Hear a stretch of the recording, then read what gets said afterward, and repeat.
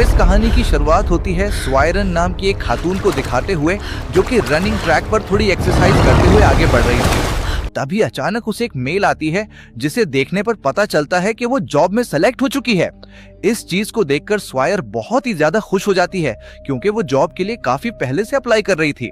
लेकिन स्वायर की नई जॉब की ज्वाइनिंग न्यूयॉर्क सिटी में होने वाली थी, इसीलिए उसने फौरन ही न्यूयॉर्क के लिए निकलना था। फौरन वो अपने घर आकर सारा सामान पैक कर लेती है। अब बगैर किसी देर के स्वायर निकल पड़ी थी। अपनी कार में बैठकर इसका सफर बहुत ज्यादा लंबा था, लेकिन उसकी एक्साइटमेंट कमी नहीं हो रही थी। नई जॉब के लिए अब स्वायर जीपीएस पर चेक करती रहती है कि सबसे शॉर्ट रूट कौन सा होगा। वीकेंड का वक्त चल रहा था, तो वो देख पा रही थी कि हाईवे वाले इलाके में बहुत ट्रैफिक है, इसलिए वो एक दूसरा रास्ता चुनती है जहां से पहुंचना बहुत आसान होगा। लेकिन शहर को बिल्कुल अंदाजा नहीं था कि वहां जाकर इसकी पूरी जिंदगी बदलने वाली है। फौरन ही आगे बढ़ते हुए उसे कई सारे बीहड़ वाले इलाके और जंगलात नजर आते हैं, लेकिन फिलहाल वो यही सोच रही थी कि जैसे तैसे वो न्यूयॉर्क आराम से पहुंच जाए। एक मौके पर तो वो ऐसी जगह पर आ गई जहां से आगे जाने का रास्ता ही नहीं था। जीपीएस उसे वापस मुड़ने और वही हाईवे पकड़ने का सुझाव दे रहा था, मगर वो उस बात को नहीं मानती और कोई दूसरा रास्ता अपनाने का फैसला करती है। सफर करते हुए वो एक जगह पर पहुंची जहां उसे दो आदमी नजर आते हैं जो खुदाई कर रहे थे। फिलहाल दोस्त ने कोई मदद नहीं मांगी और अपनी गाड़ी लेकर आगे बढ़ गई। फिर वो बाहर निकलकर नक्शे पर चेक करती है कि मुमकिन रास्ता कौन सा होगा।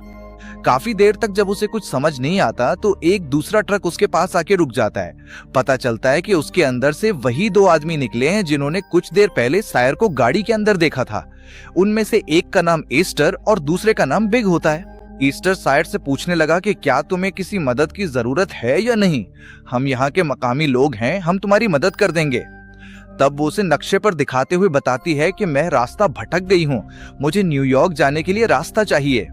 इस तरह हंसते हुए वो उसे समझा रहा था कि तुम्हें कौन सा रूप इख्तियार करना है, लेकिन वो ये भी कहता है कि अब बहुत ज्यादा रात होने वाली है, क्योंकि काफी ज्यादा रात होने की वजह से ये रास्ते बहुत ज्यादा खतरनाक हो जाते हैं। तो वो उसे अपने घर पर आकर डिनर करने की दावत दे रहा था। शायद इस चीज के लिए वो बिल्कुल इनकार कर देती है, क्योंकि किसी अजनबी पर वो कैसे भरोसा कर ले। लेकिन बात तब बिगड़ गई जब ईस्टर इससे जबरदस्ती करने लगता है। शायर फौरन ही चौकन्नी हो जाती है और इस पर हमला करने लगती है। अब तो ईस्टर का बड़ा भाई बिग भी शायर के साथ बदतमीजी करता है और उसे बहुत बुरी तरह पकड़ने की कोशिश कर रहा था। लेकिन शायर, जो काफी बहादुर थी, उसने जैसे तैसे बग को भी पीछे धकेला और एक छुरी की मदद से उसे जख्मी कर दिया। मगर बेचारी वो अकेली कितने लोगों से लड़ती। ईस्टर फौरन ही उठता है और उसके पैर पर छुरी मार देता है। शायर इतनी जख्मी हो गई कि वो उनसे लड़ने के बजाय फिलहाल जंगल वाले इलाके की तरफ भागती है। वो समझ चुकी थी कि ये दोनों भाई बहुत ही ज्यादा खतरनाक हैं। अगर वो यहाँ पर थोड़ा भी रुकी तो वो उसके साथ बदतमीजी करेंगे या फिर मार डालेंगे। थोड़ी देर बाद पता चलता है कि शायर बहुत ही जख्मी हालत में एक जगह पर है। चारों तरफ अंधेरा छा चुका है, लेकिन वो दोनों भाई एस्टर और बिग उसका पीछा करते जा रहे थे। एक मौका ऐसा आया जब वो शायर के काफी करीब पहुंच गए थे, लेकिन शायर ने एक पत्थर दूसरी तरफ फेंक दिया, जिससे वो दोनों भाई वहां तलाश करने के लिए चले जाते हैं और फिर शायर को बचने का मौका मिल जाता है। अब अगले दिन जब शायर को होश आता है तो उसके पैर पर लगी हुई चोट बढ़ती जा रही थी। उसका काफी खून बह जाने की वजह से वो कमजोर हो गई होती है, लेकिन फिर भी वो आगे बढ़ रही थी ताकि वो दोनों बदमाश उसे पकड़ ना लें। अब करीब ही वाले पुलिस स्टेशन का मंजर दिखाया जाता है, जहां निक नाम का एक अफसर अपनी सीनियर एडी को सारी बातें बताता है कि उन्हें एक कार मिली है और वो भी इतने वीरान इलाके में है जहां उसका ड्राइवर मिल ही नहीं रहा। निक को शक होने लगा कि जरूर वहां कुछ गलत हुआ है, तो निक के ज्यादा जोर देने पर एडी मान जाता है कि वहां की तफ्तीश के लिए जाए। वो इस जगह पर भी चला जाता है और कार की छानबीन करता है। एडी को वहां कुछ खून के धब्बे भी मिलते हैं, इसलिए वो सबसे पहले वहां के कुछ घरों में पूछगछ करने लगता है।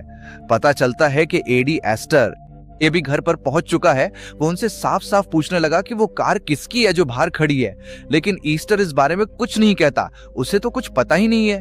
पर एडी देख पा रहा था कि ईस्टर और बिग दोनों को चोट लगी है, यानी इससे शक और ज्यादा बढ़ता जा रहा था। लेकिन फिलहाल कोई सबूत ना होने की वजह से वो ईस्टर और बिग की तलाशी नहीं ले सकता।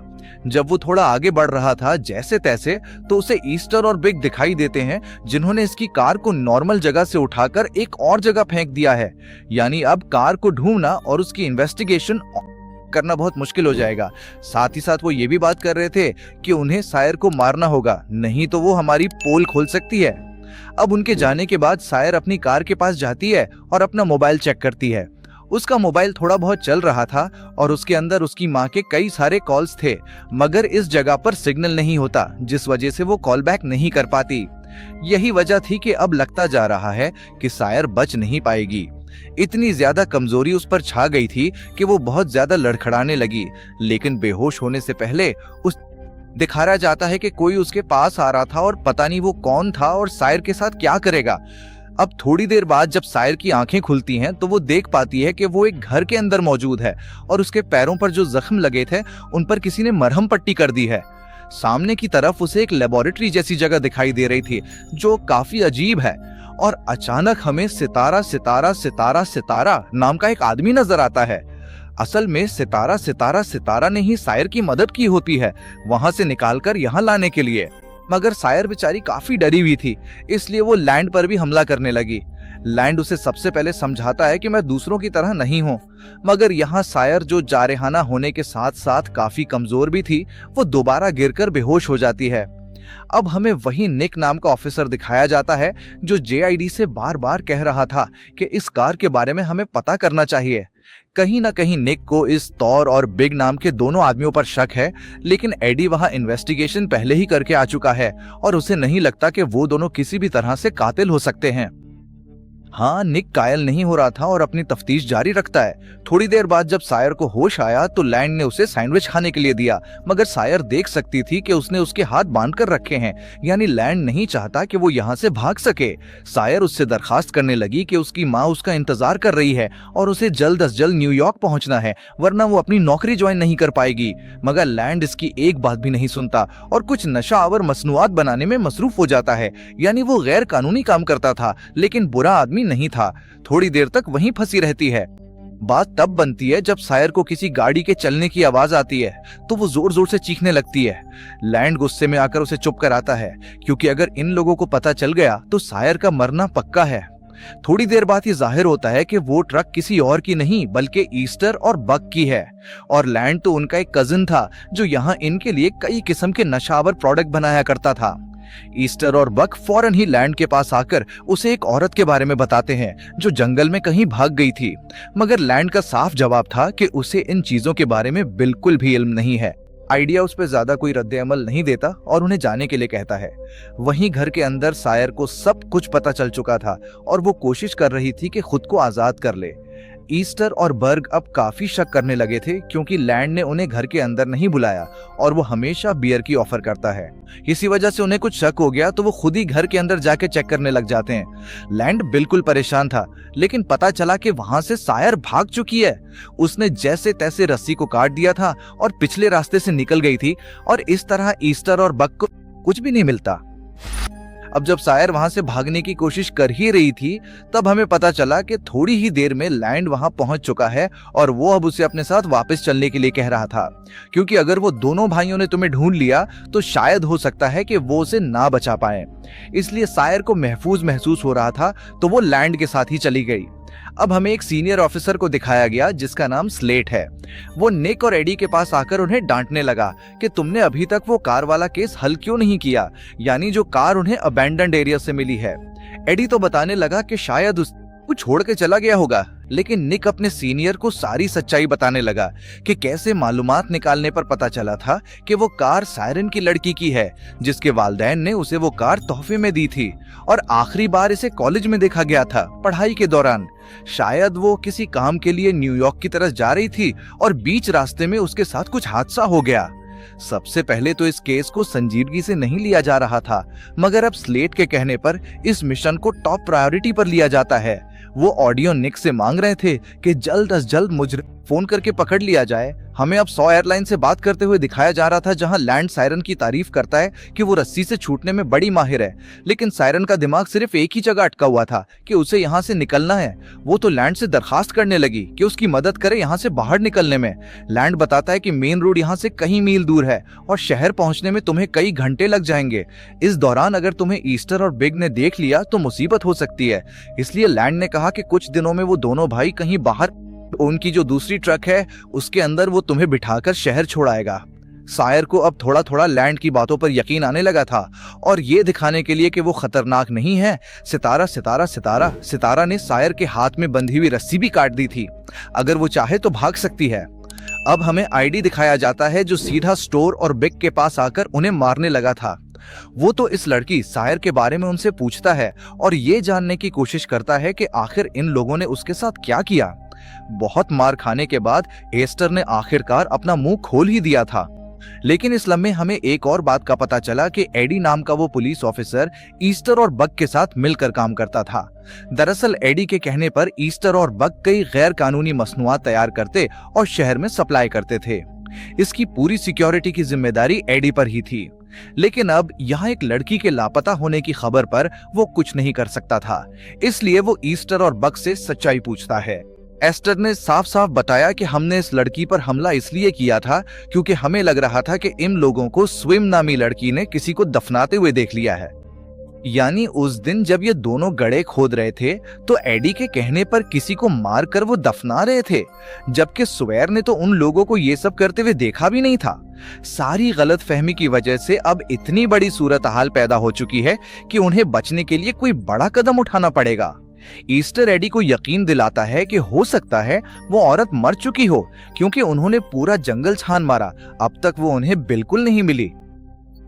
वो इसलिए करता था क्योंकि उस पर ऊपर से दबाव आ रहा होता है।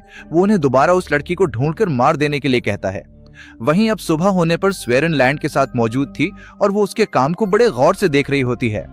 जिस तरह से लैंड गैर कानूनी मसनूआत बनाया करता था और वहां कुछ ऐसे भी मवाद थे जो दूसरों को मारने के लिए बहुत काम आते हैं।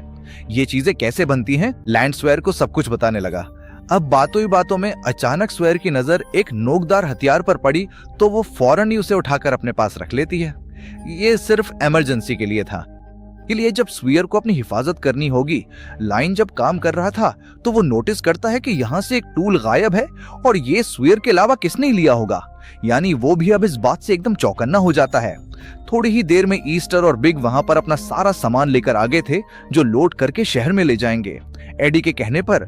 लेकिन अंदर दाखिल होते ही वो ज्यादा सांस नहीं ले पा रहे थे क्योंकि सितारा ने जानबूझकर वो पूरी जगह धुएं से भर दी थी। इस तरह ज्यादा कुछ ना देखते हुए वो लोग सामान गाड़ी में रख देते हैं और वहां से चले जाते हैं। वहीं निक भी अपनी इन्वेस्टिगेशन में लगा हुआ था कि आखिर वो स्वेर को कैसी ढूंढे। उसने हर एक जगह मार्क करके रखी हुई थी, लेकिन एडी उसे गुमराह करते हुए ये कहता है कि तुम्हें ज्यादा जोर लगाने की जरूरत नहीं है, आज छुट्टी का दिन है तो तुम जाकर अपनी फैमिली के साथ वक्त गुजारो। काफी देर समझाने के बाद निक आखिरकार मान गया और वहां से जाने लगा। अब जैसे ही वो अपनी कार के पास पहुंचा तभी उसका एक सामान ऑफिस में ही छूटा हुआ होता है। जैसे ही वो फौरन अपना सामान लेने के लिए पहुंचा तभी वो माइक पर बातें सुन रहा था। एडी ईस्टर को हुक्म दे रहा था कि उस लड़की को ढूंढकर मार दिया जाए, वो हमारे रास्ते में रुकावट बन सकती है। जैसे ही एडी बाहर आया तो वो जान चुका था कि निक ने सब कुछ सुन लिया है। निक बिल्कुल हैरान और शजदर खड़ा था क्योंकि जिन लोगों को वो मुजरिम समझ रहा था असल में उसका सीनियर ही वो मुजरिम है। वो सफाई देने की कोशिश तो करता है लेकिन निक ने उस पर गन तान दी। वो जैसे तैसे बाहर निकलता है और अपनी गाड़ी की तरफ जाने लगता है। एडी उसे समझा रहा था कि हम बातचीत करके ये मामला खत्म कर सकते हैं, लेकिन निक अपने काम के साथ धोखा नहीं कर सकता था। वो कहता है कि वो सब कुछ बता देगा, मगर अचानक एडी ने अपनी गन निकाली और बगैर कुछ सोचे समझे निक को गोली मार दी। बेचारा निक वहीं गिरकर खत्म हो जाता है। एडी ने फौरन ही निक की लाश ईस्टर बग के हवाले कर दी, यानी उसे दफनाने का काम वो सब कर लेंगे। साथ ही साथ वो अपने सारे गैर कानूनी सामान की लोडिंग और अनलोडिंग में भी मसरूफ थे। एडी ने सिर्फ यही नहीं बल्कि एस्टर से बात करके ये भी पूछा कि सायर की कौन सी चीज तुम्हारे पास मौजूद है। एस्टर और बिग ने सायर का एक वॉलेट उसे दे दिया जो कि निशानी के तौर पर एडी अपने पास रख लेता है। अब वो अपने दफ्तर में जाकर ऐसे बर्ताव कर रहा था जैसे वो सायर को ढूंढने के लिए बहुत ज्यादा काम कर रहा है। थोड़ी ही देर में एडी का सीनियर ऑफिसर स्लेट वहां पहुंच गया और उस तफ्तीश की सूरत हाल पूछने लगा। उसे सायर हर हाल में चाहिए था क्योंकि उसके वालिदैन भी यहाँ आने वाले थे। एडी यहाँ पर बिल्कुल टेंशन में होने का ड्रामा कर रहा था जैसे वो बहुत मेहनत कर रहा है। उसमें निक के बारे में भी बताया कि वो कल रात से नहीं आया और शायद हो सकता है कि वो अपने दोस्तों के साथ पार्टी कर रहा हो। तब स्लेट ने कहा कि अब ये मिशन उसकी टीम संभालेगी, तो जितनी भी मालूमात है वो हमारे हवाले कर दो। काफी अजीब अंदाज में एडी लॉकर की तरफ जाता है और इसे खोलकर सायर का वॉलेट निकालता है। वो एकदम चौंकने की एक्टिंग करने लगा। हालांकि ये वॉलेट खुद उसने निक के लॉकर में रखा था। इससे वो ये जाहिर करने की कोशिश करता है कि निक को कहीं ना कहीं सायर का पता होगा और वो इस तरह बगैर बताए गायब हो गया, यानी शक निक पर जाना चाहिए। स्लेट ने भी अपनी टीम को इस बारे में बता दिया और अब वो जाए वकुआ पर जाकर अच्छी तरह से चेक करेंगे। इस बारे में एडी का तो बस इतना ही काम था। वो भी अपनी गाड़ी निकालकर वहां से सारे सबूत मिटाने के लिए निकल जाता है। एडी तो अब वहां से सीधा सफर करते हुए लैंड के घर पहुंच चुका होता है, क्योंकि वो हर एक घर की तलाशी लेना चाहता है ताकि उसे वो लड़की मिल जाए। लेकिन लैंड तो अपने घर के बाहर बंदूक लेकर खड़ा हुआ था, क्योंकि वो एडी को घर में दाखिल होने नहीं दे सकता। एडी कहता है कि मेरे पास ये हक है कि मैं चेक कर सकता हूँ, लेकिन लैंड ने बताया कि अगर तुमने जरा भी हरकत की तो मैं साइड में रखे गए पेट्रोल के कंटेनर को धमाके से उड़ा दूंगा, जिससे ये भी नहीं पता चलेगा कि यह हादसा था या जानबूझकर किया गया। वो पुलिस ऑफिसर एडी इस तरह से डर गया और वापस। लेकिन अगर कभी हमारे सामने ऐसी सूरत हाल आ जाए कि कोई पुलिस ऑफिसर हमारे घर की तलाशी लेने आए और वो हम पर जबरदस्ती कर रहा हो बगैर किसी हक के, तो इस हालत में एक बात जहन में रखनी है कि हमें पुलिस ऑफिसर को जिस्मानी तौर पर नहीं रोकना चाहिए। चाहे ऑफिसर कितना भी बड़ा हो, उसे किसी भी निजी इलाके की तलाशी के लिए वारंट चाहिए होता है। हाई कोर्ट और अपने सीनियर से इजाजत लिए बगैर वो किसी भी निजी जगह पर बराह रास्त नहीं जा सकते। तो सबसे पहले इस पुलिस ऑफिसर का आईडी कार्ड चेक करें कि वो किस ब्रांच से ताल्लुक रखता है और उसकी असल हैसियत क्या है। फिर इससे वारंट और इजाजतनामा मांगे। यहाँ पर यह चेक करना जरूरी है कि अगर पुलिस ऑफिसर के पास वारंट नहीं है तो वो बिल्कुल भी अंदर नहीं आ सकता।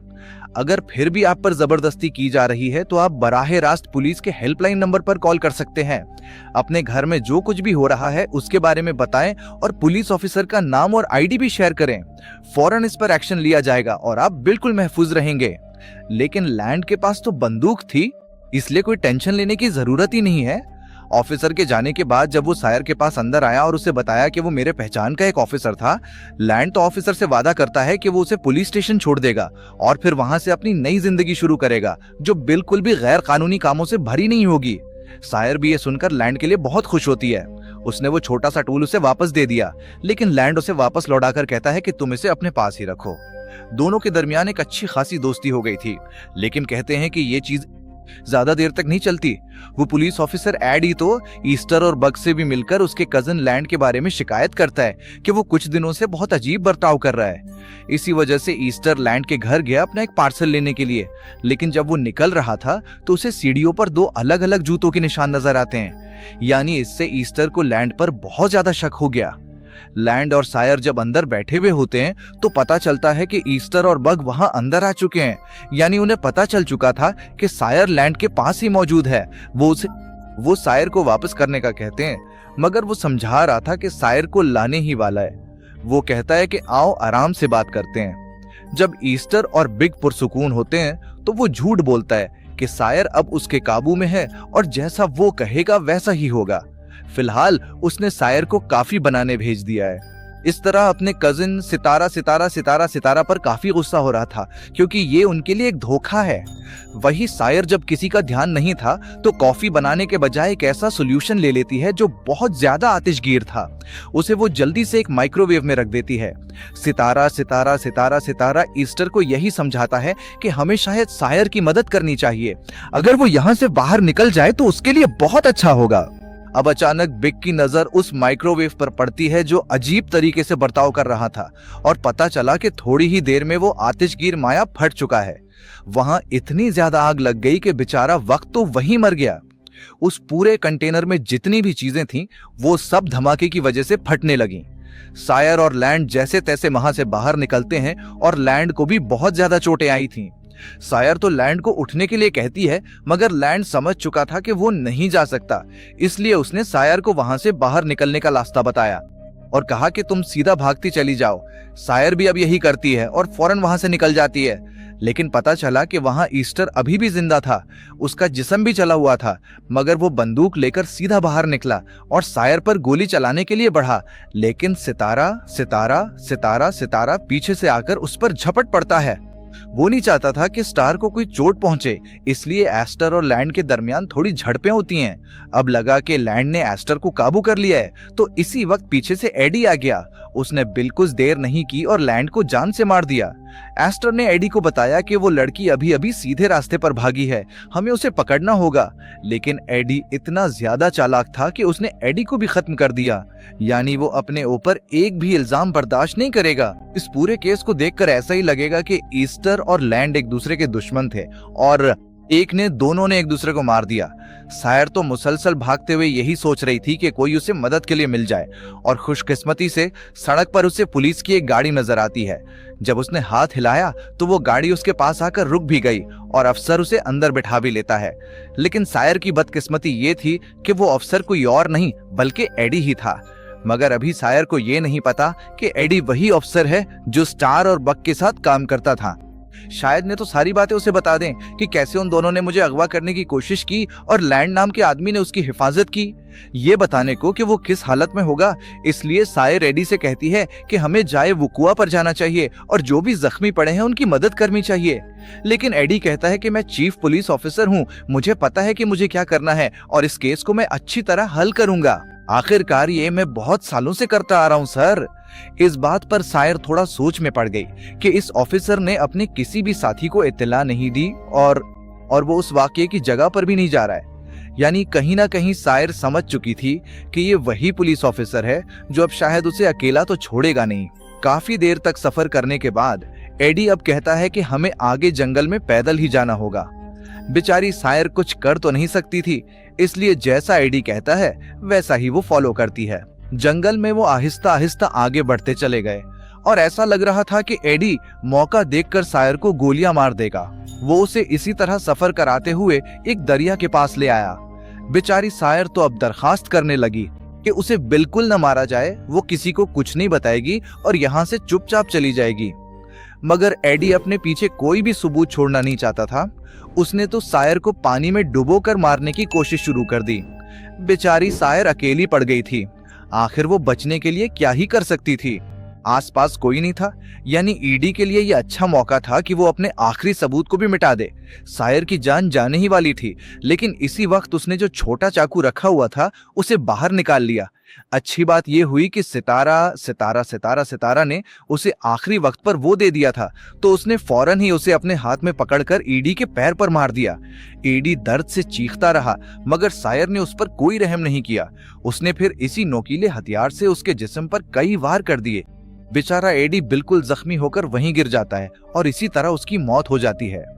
सायर को सदमा तो जरूर लगा था, लेकिन अपनी जान बचाने के लिए उसे ये करना ही पड़ा। वो बहुत ही जख्मी हालत में जैसे तैसे बाहर निकलती है और उसी सड़क वाले रास्ते पर आगे बढ़ने लगती है जो उसे सितारा ने बताया था। थोड़ी देर में पता चलता है कि कई पुलिस अफसरान की गाड़ियां उसके पीछे मौजूद हैं और वो बार बार सायर को आवाज दे रहे हैं। लेकिन सायर को जैसे एकदम सदमा लग गया था। उसे जैसे पुलिस अफसरान पर से भरोसा ही खत्म हो चुका है कि वो जरूरतमंद लोगों की मदद करेंगे।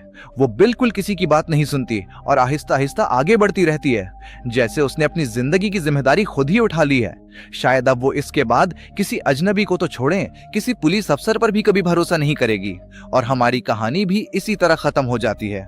अगर आपको मेरा मुशाहिदा 1% भी अच्छा लगा हो तो वीडियो को लाइक और चैनल को सब्सक्राइब जरूर कर देना। मिलते हैं इसी तरह की मजेदार वीडियोस में, तब तक के लिए बाबा।